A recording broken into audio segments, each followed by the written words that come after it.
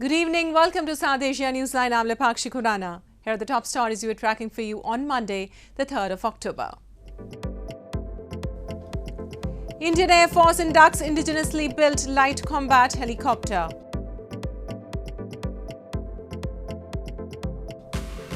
MQM stages protest in London against atrocities on Mohajirs in Pakistan.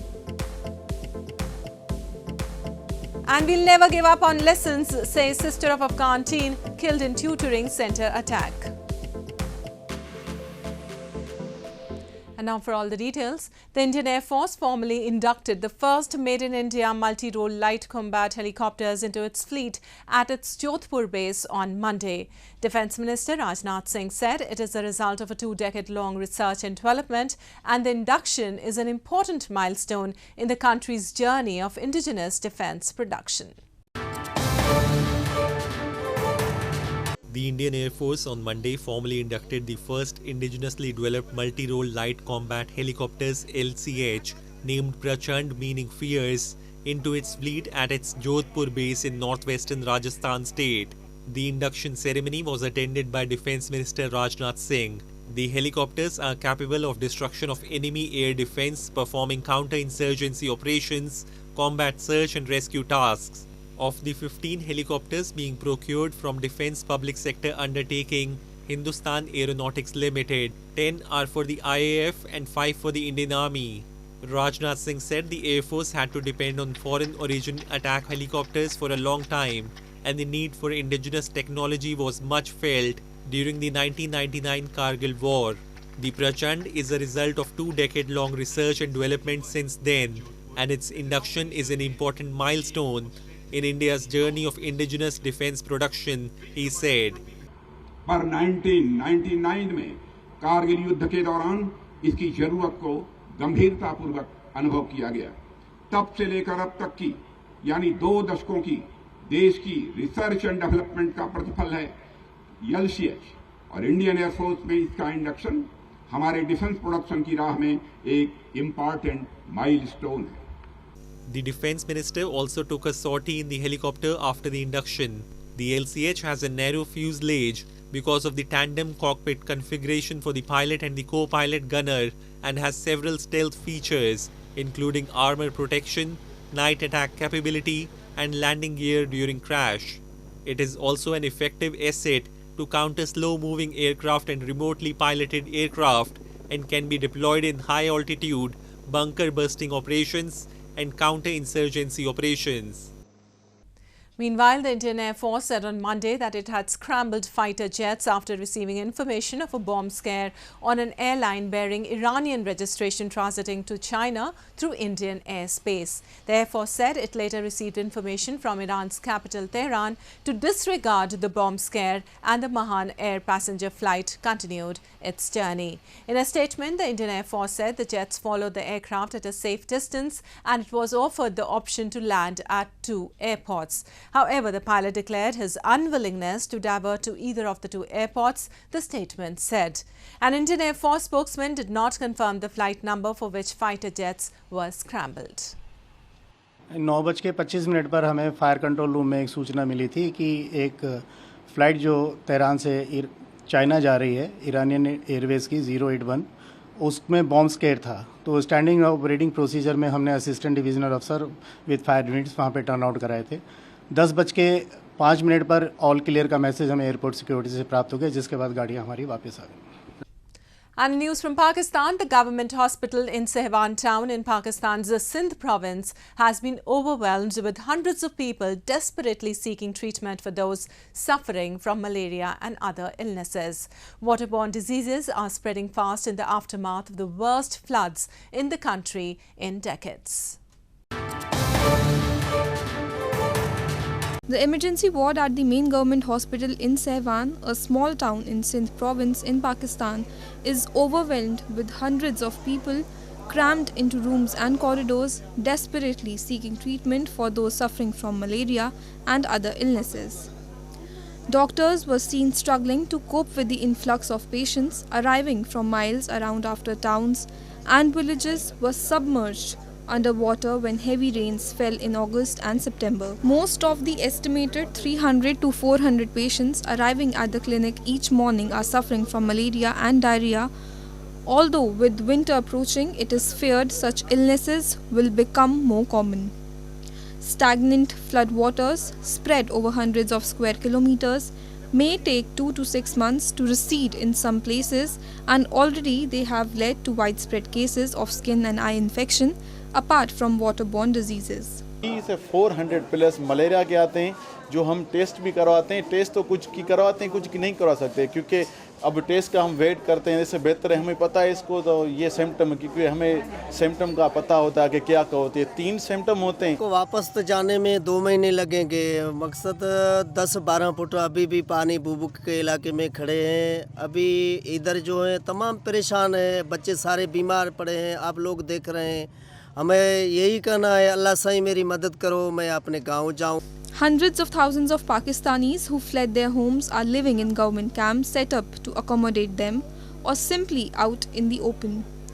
More than 1,660 people have been killed in flooding caused by heavy monsoon rains and melting glaciers.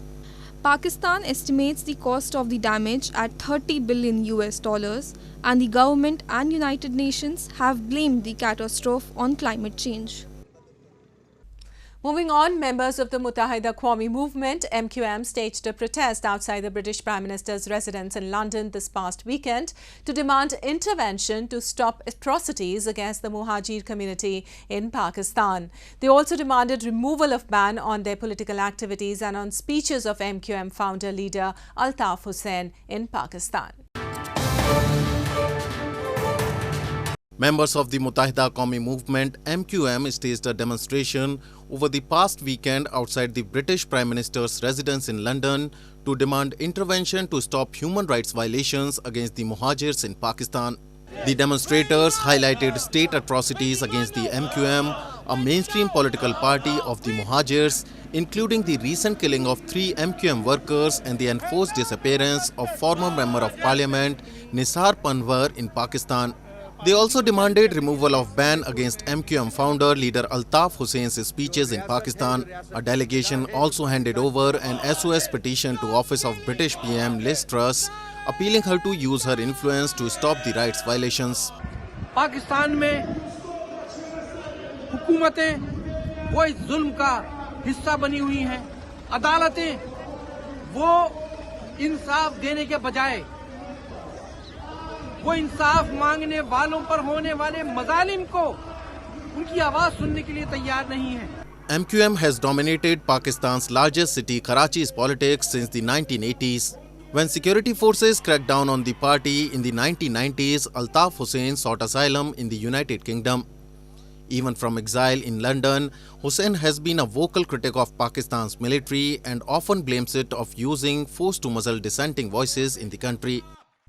Well, in news from Afghanistan, the recent blast in Kabul at a private tutoring center has come as a setback for young women seeking an education against already difficult odds since the Taliban seized power last August. The sister of a girl among those killed said that she would never give up on lessons and will continue her studies. The sister of a girl killed in a blast at a private tutoring center in Kabul said on Sunday that she would never give up on lessons. It is a very painful scene, but we will continue with the lessons and will never give up or stop, said Asya Asghari, whose 17-year-old sister Al-Banin was among at least 19 people killed in a suicide attack last Friday during a practice exam in the girls' section of a packed room at Kaj Education Institute. Al-Banin's father, Haji Mir Ahmed, said his daughter wished to become a president or lawyer so that she could serve Afghans. واقعا نگران هستیم. سخت است بر ما. مکاتب کلا بسته شدن برای دخترها. مرکز آموزشی هم خود دیروز تنها نه البنین همشیره بلکه سمیرا و همچنان زهرا و یه گارد کورس طاهر اینا عضو فامیل ما می شدن، چون به خاطر محافظت از ما در کورس خدمت میکردن و شهادت رسیدن. خیلی صحنه دردناک است، اما بازم ما ادامه میدهیم به درس خود و هیچ وقت کلمه به نام تسلیم وجود نداریم، به نام توقف. Residents of the West Kabul neighborhood, home to minority Shiite Hazaras, who had family members, friends and neighbors killed, injured and severely emotionally shaken, described a violent setback for young women seeking an education against already difficult odds. Afghan Hazara women and civil rights activists held demonstrations in Kabul over the weekend to condemn the attack. Girls' secondary schools have been closed in most provinces including Kabul since the Taliban took over the country in August 2021. Private tutoring centers such as Kaj have provided a lifeline to girls wanting to further their education and a chance to ascend to universities where women are still allowed, though they face increased restrictions and growing economic challenges. While no group has so far claimed responsibility, the Taliban said they would find the perpetrators and bring them to justice. And moving on to news from Nepal, residents in Nepal's Lalitpur are observing a 5-day-long festival known as Sikali Jatra, dedicated to goddess Shikali.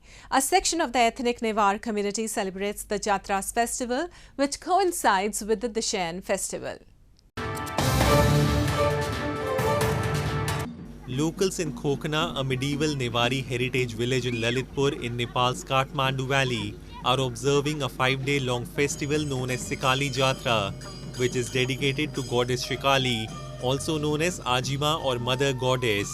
A section of the ethnic Newar community celebrates the Jatra festival, which is somehow related to the Dashain festival, as the Newari community sacrifices 3 buffaloes on the 3rd day of the festival. The festival starts with a procession during which idol of goddess Rudraini, another name for Shikali, is carried in a wooden chariot throughout the village and rested in front of the temple along with various religious copper vessels. The Jatra witnesses tantric rituals along with masked dances in colorful attire, representing 14 gods and goddesses of the Hindu pantheon. पूजाहरु सुरु हुन्छ घटस्थापनाको 3 दिनको दिन बेलुका चाहिँ हाम्रो चाहिँ यहाँ हाम्रो चाहिँ जात्रा गुठीहरु 3टा छ त्यो 3वटा गुठीबाट चाहिँ 3वटा चोखो राङ्गो चाहिँ त्यो देश बाहिर चाहिँ काट्छ त्यो चाहिँ दैत्यको रूपमै काट्छ दशैं भनेकै हाम्रो खोकनाबाट सुरु हुन्छ भन्छ हाम्रो जमरा मात्र नराख्ने हो अब दशैं पनि चाहिँ दैत्य मारेको अवसरमै मनाइरहेको हो यहाँ हाम्रो चाहिँ. It is believed that the goddess protects the town from misfortunes and prevents calamities, and also it is regarded as an occasion for the farmers to rejoice in post-harvest season. The Jatra ends on the day of Phulpati, which centers on the patron deity. And the Tibetan spiritual leader, the Dalai Lama, on Monday began a 3-day teaching session for around 400 Taiwanese Buddhist followers in India's northern hill town of Dharamsala. The Dalai Lama has lived in exile in Dharamsala since 1959, where his supporters run a small government in exile and advocate Tibet's autonomy by peaceful means. Tibetan spiritual leader, the Dalai Lama, began a 3-day teaching session for Taiwanese Buddhist followers in India's northern hill town of Dharamsala on Monday. Around 400 Taiwanese followers, along with monks, nuns, locals and foreign participants, gathered at the main Buddhist temple as he spoke on Chapter 2 of Dharmkriti's commentary on valid cognition.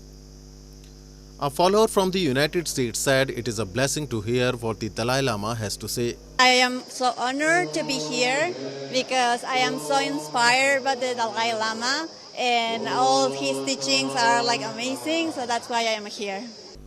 The Dalai Lama fled from Lhasa for asylum in India in 1959 after an abortive uprising against Chinese rule. He has since lived mostly in the northern hill town where his supporters run a small government in exile and advocate Tibet's autonomy by peaceful means. Well, that's all we have for you from South Asia this evening. Now our viewers can watch the show on SouthAsiaNewsline.com. You can also visit us on Facebook.com/SAsiaNewsline and follow us on Twitter @SAsiaNewsline. That's all in tonight's edition. We'll see you same time tomorrow. Good night.